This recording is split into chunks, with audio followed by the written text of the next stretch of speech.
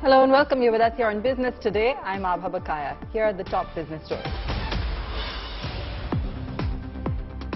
Government gets a much-needed backup from India Inc. Corporates rally to support the Agnipath scheme. Promise to give jobs to soldiers getting out after 4 years. Say the discipline will be invaluable. Investors heave a sigh of relief as markets snap 6-day losing streak. However, mid-caps and small-caps still in the red. Metals also losing sheen. FMCG stocks a bright spot in the market. Brent crude continues its downward spiral, falls below $113 a barrel in trade on recession fears. Domestic oil exploration companies face the brunt. OIL down 11%, ONGC down more than 5%. LIC share climbs after touching an all-time low of 650 in trade today. Investors optimistic after JP Morgan calls the treatment of the share harsh, sets a target of 840 rupees. Tata's loosen purse strings for Air India. Airline likely to place a mega order of 200 to 300 narrow-body aircraft in an effort to try and claw back market share from younger competitors like Indigo and others.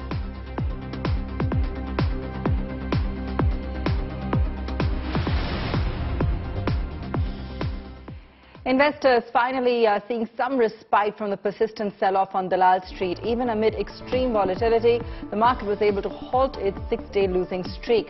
Sensex closed 237 points higher at 51,598, while the Nifty shut shop at 15,350, up 57 points. Mid and small caps, however, remained deep in the red, both indices hitting one-year lows. Metal stocks were hammered out of shape amid a sharp fall in global benchmark rates. It was the FMCG stocks which alone shone in trade today. HDFC, HUL, Britannia, Wipro, Asian Paints helping to lift the benchmarks as heavyweights surged between 3 to 4%.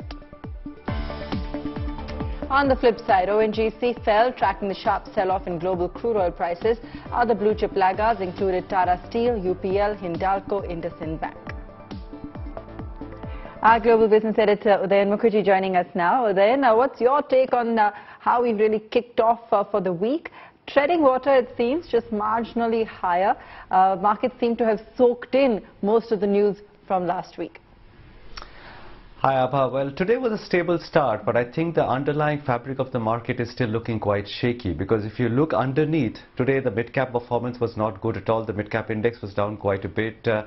And you know, within pockets there are quite significant explosions which are happening. I mean, if you look at the metals pocket today, I think it's a little scary to see the way stocks like Tata Steel and Hindalco have collapsed over the last few weeks. I mean, Tata Steel just in the month of April was about 1400 and it's now down to 850. I think these kind of brutal falls in well-owned stocks in particular sectors may also be souring the mood quite significantly. So I think the market is still in very sticky terrain. And even technically, the fact that that base of 15,700, 15,800 on the Nifty, which held out for so long, and that has been broken quite conclusively last week.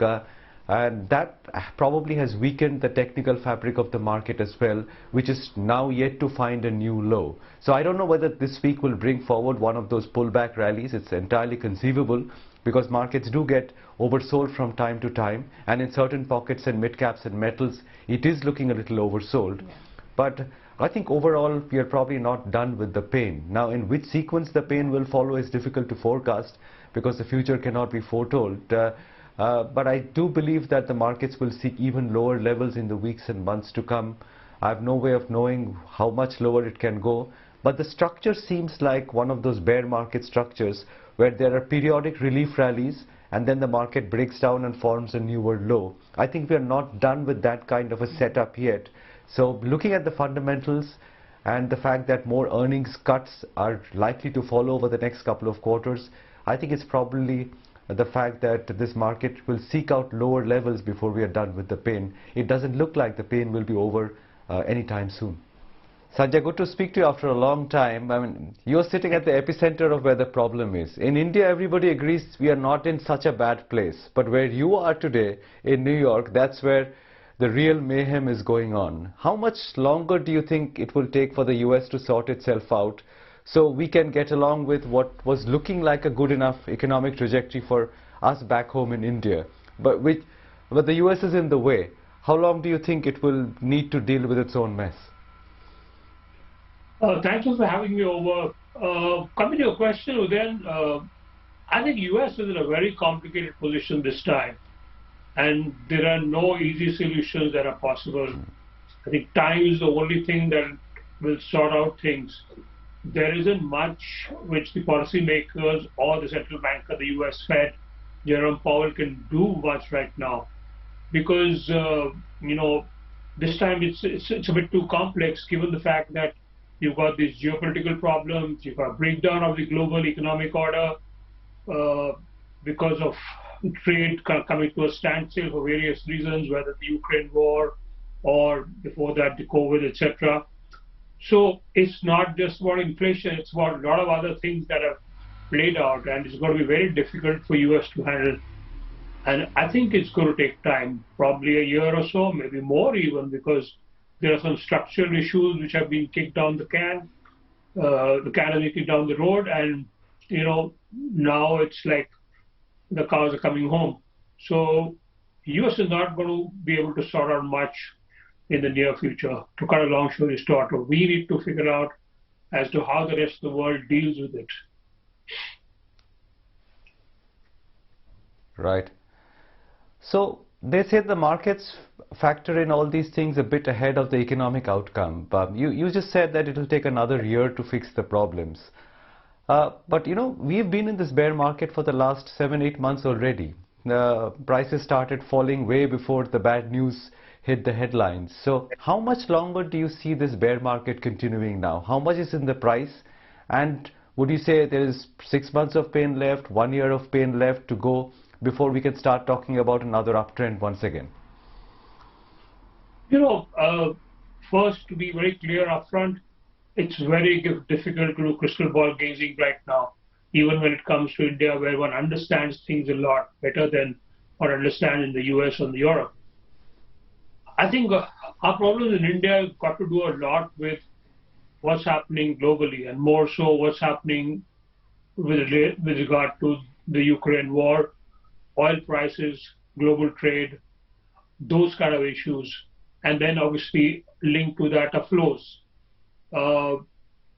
My sense, to try and come to a guesstimate on the figure that you asked, how many months more, or what is in the price, I think about 60 or 70% of this negativity, the uncertain economic environment, the uncertain micro and macro issues, 60 or 70% of them already are in the price.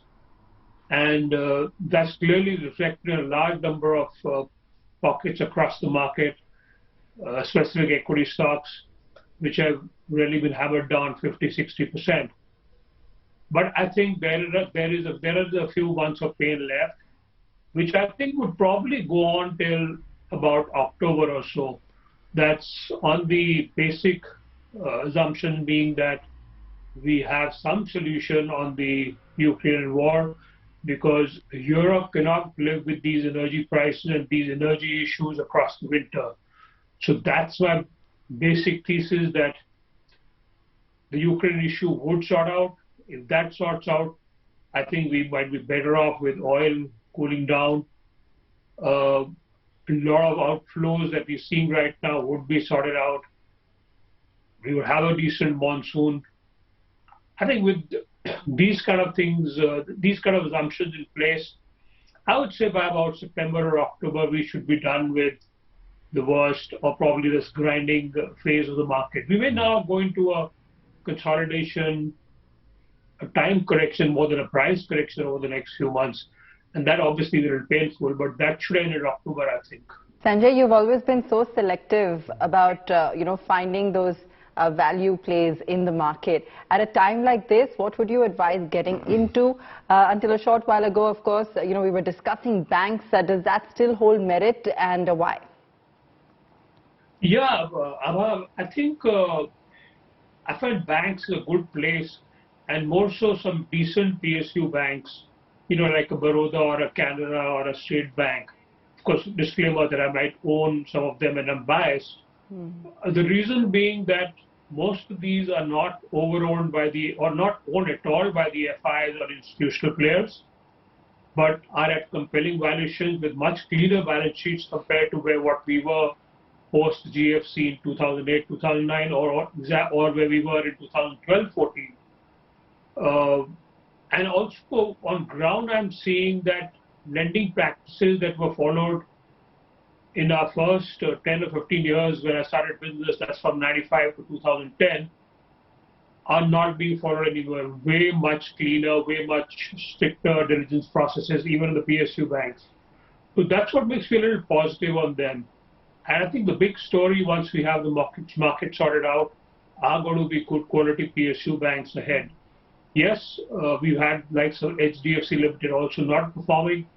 The HDFC Bank merger is also a good development. So that would be a good place to really keep nibbling on as things decline. Because if you believe in the India trade, manufacturing, and the global China plus one or whatever you may throw at common audience, if you believe in that kind of a PLI and all those things, the biggest beneficiary of that has to be banks, because you ultimately need working capital and term financing. Even as protests continue over the centre's Agnipath short-term recruitment plan for armed forces, the big boys of the business world are already eyeing the Agniveers talent pool. Not only has India Inc. come out in support of the scheme, they promised jobs to Agniveers as well. Trains cancelled. Massive traffic jams. Arson and rioting. The Agnipath storm rages on. The government, however, is standing its ground in face of all attacks from protesters and the opposition. But now the government has some backup, with India Inc. not only declaring its support for the recruitment scheme, but also promising to open up its doors to Agniveers 4 years from now. Mahindra Group Chairman Anand Mahindra said the company will recruit the capable young people trained under this scheme. The business tycoon said that with leadership, teamwork and physical training, Agniveers provide market-ready professional solutions to industry, covering the full spectrum from operations to administration and supply chain management. But it just isn't enough. Not only Mahindra, many from the world of business have hailed the Agnipath scheme.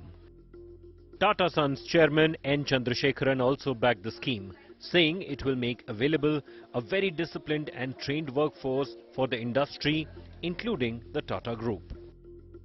TVS Motors Managing Director Sudarshan Venu believes Agniveers will play a key role in furthering economic growth and strengthening society in the coming years. Industrialist Sajjan Jindal is of the view that disciplined and educated Agniveers will be a boon to organizations. Industry bodies FICCI and ASSOCHAM have also welcomed the path-breaking decision by the government. This would mean a right blend of youth and experience in the armed forces, and this would be a fabulous opportunity for the youth of the country to serve the nation. And once they have stepped out as Agniveers, this would become a great talent pool for the corporations like ours. Yes. Yeah, as CEO and MD of Hindustan Unilever, I would love to recruit trained, passionate, disciplined and skilled people. One of the first to recognize the importance of Agniveers was industry veteran Baba Kalyani, whose company Bharat Forge tweeted that it will find a ready pool of highly motivated and disciplined resources having a sense of nationalistic fervor with a can-do spirit. The unique public-private partnership has turned the uncertainties which youth had into an ocean of opportunities, probably enough to cool the rage boiling across the nation. Meanwhile, the selection process of Agniveer kicks off from the end of this month. Bureau Report, India Today. Air India is reportedly preparing for one of the largest aircraft deals in history. News reports claim that the airline, now owned by the Tata Group, is considering the purchase of as many as 300 narrow-body jets. The order will give Air India some much-needed muscle to win back passengers from market leader Indigo.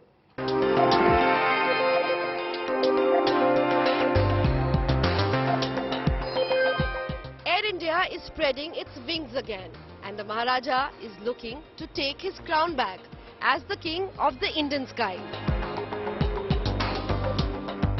Just 5 months after acquiring control of the national airline from the government, the Tata Group is reportedly engaging the afterburners to regain Air India's lost glory.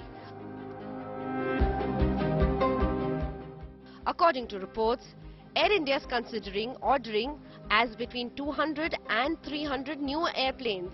The order could comprise the Airbus A320 family or the Boeing 737 models, or it could be a mix of both.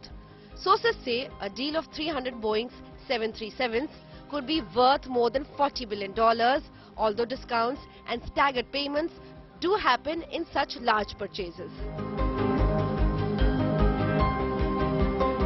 This will be the first order from Air India after its order for 111 aircraft in 2016. The alleged corruption in that order during the tenure of the UPA government is cited as one of the reasons for the airline's financial troubles. The order, if placed, will be one of the biggest in the global civil aviation space. While the Indigo mega order for 730 Airbus single-aisle aircraft remains the biggest, the proposed Air India order will be a boon for the aircraft manufacturing industry in the post-pandemic era. For Boeing, snagging the Air India order in particular will be a major coup, as Airbus enjoys a nearly monopoly in India.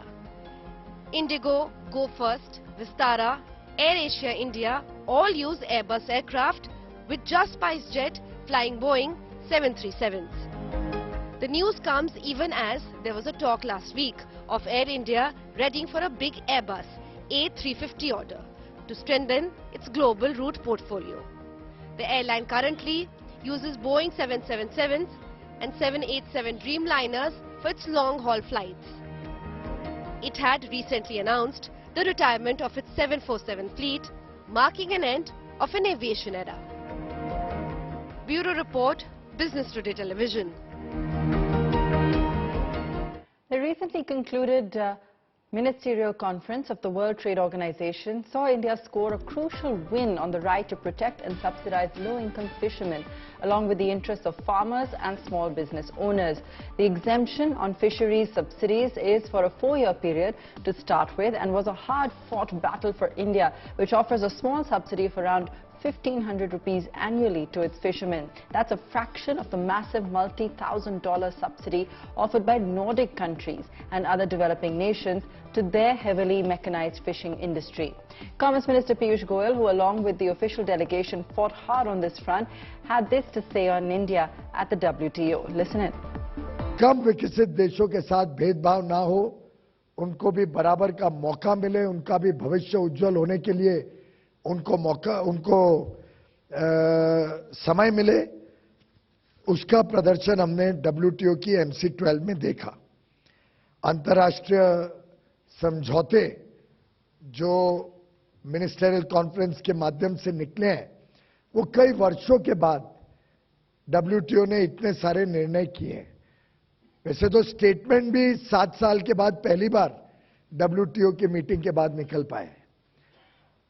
कई सारे विषयों पे प्रगति हुई है, कई सारे विषयों पे निर्णय लिए गए और लगभग हर निर्णय में भारत की छाप दिखती है, भारत अग्रसर दिखता है, भारत की बात उसमें प्रमुखता देखने को मिलती है और लगभग जिन जिन विषयों पे भारत की कोई जरूरतें थी या चिंताएं थी, हम 100% सफल हुए हैं अपनी बात रखने में, अपनी बात को मंजूर कराने में और आगे के लिए हमारे मछुआरों का, हमारे किसानों का, हमारे सूक्ष्म लघु और मध्यम उद्योग यानी MSME सेक्टर का, गरीबों का, हर एक की जो चिंताएं थी उसको दूर करने में और हर एक के लिए एक आगे अच्छा उज्जवल भविष्य बने उसको सुनिश्चित करने में भारत पूरी तरीके से सफल हुआ है. And here's what else is making news in the corporate world. While insurance behemoth LIC has been on a downhill, tanking more than 30% since its listing on the exchange, JP Morgan India feels the market treatment of LIC has been unfair. The global brokerage has initiated coverage on LIC shares with overweight with a target price of 840 rupees. Vedanta plunged 12% in trade today after the company put on sale its copper plant in Tamil Nadu. Vedanta has invited expression of interest for its Tuticorin-based smelter, which has been shut since mid-2018 following a state government order. The country's largest car maker, Maruti Suzuki, has announced opening of bookings for the all-new hot and techy compact SUV Brezza. The new Brezza will be launched at the end of the month. Customers can pre-book it with an initial payment of 11,000 rupees.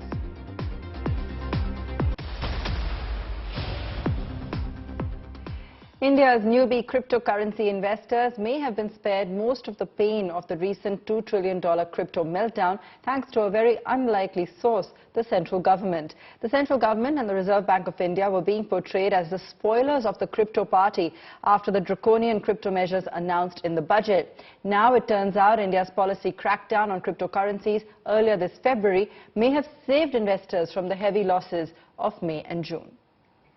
I propose to provide that any income from transfer of any virtual digital asset shall be taxed at the rate of 30%, 30%. Budget 2022 and 23, one of the watershed moments of the Indian crypto industry.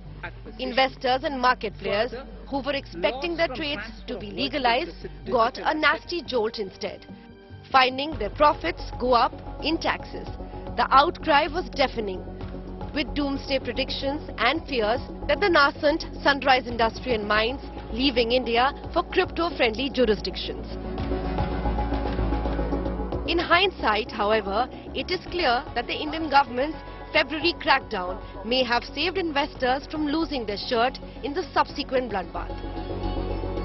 On the day of the budget of February 1st, the world's most popular cryptocurrency, Bitcoin, was trading at $35,000, having fallen from a high of $67,000 in November last year. By April 1st, the beginning of the financial year, it had risen to around $47,000 before plunging to a two-year low of $18,000 this weekend. The period has seen over $2 trillion investor wealth wiped out. Values of several cryptocurrencies have vanished into thin air. A number of crypto exchanges and decentralized finance exchanges have restricted investor withdrawals. जो investors crypto currency में invest कर रहे हैं उनको ये mind में रखना चाहिए कि जो भी वो इन्वेस्ट कर रहे हैं वो उनके खुद के रिस्क पे कर रहे हैं. They are investing at their own risk. उनको ये भी माइंड में रखना चाहिए ये जो क्रिप्टो करेंसी है इसका कोई अंडरलाइंग नहीं है, not even a tulip. So did this and other similar warnings save Indian crypto investors some pain? Zerodha CEO Nitin Kamath thinks the crypto tax announced in the budget inadvertently helped Indian investors from heavy losses. The CEO of the stock trading platform highlighted that as a result of crypto tax, retail interest in crypto markets significantly fell. He further added that if not the taxation, Indian investors would have ended up trying to buy the dip and averaging down, getting trapped in the cycle. There were three main announcements related to cryptocurrencies in the latest union budget. A flat 30% tax on all gains, a 1% TDS on all transfers, as well as no set-off or carry-forward of losses.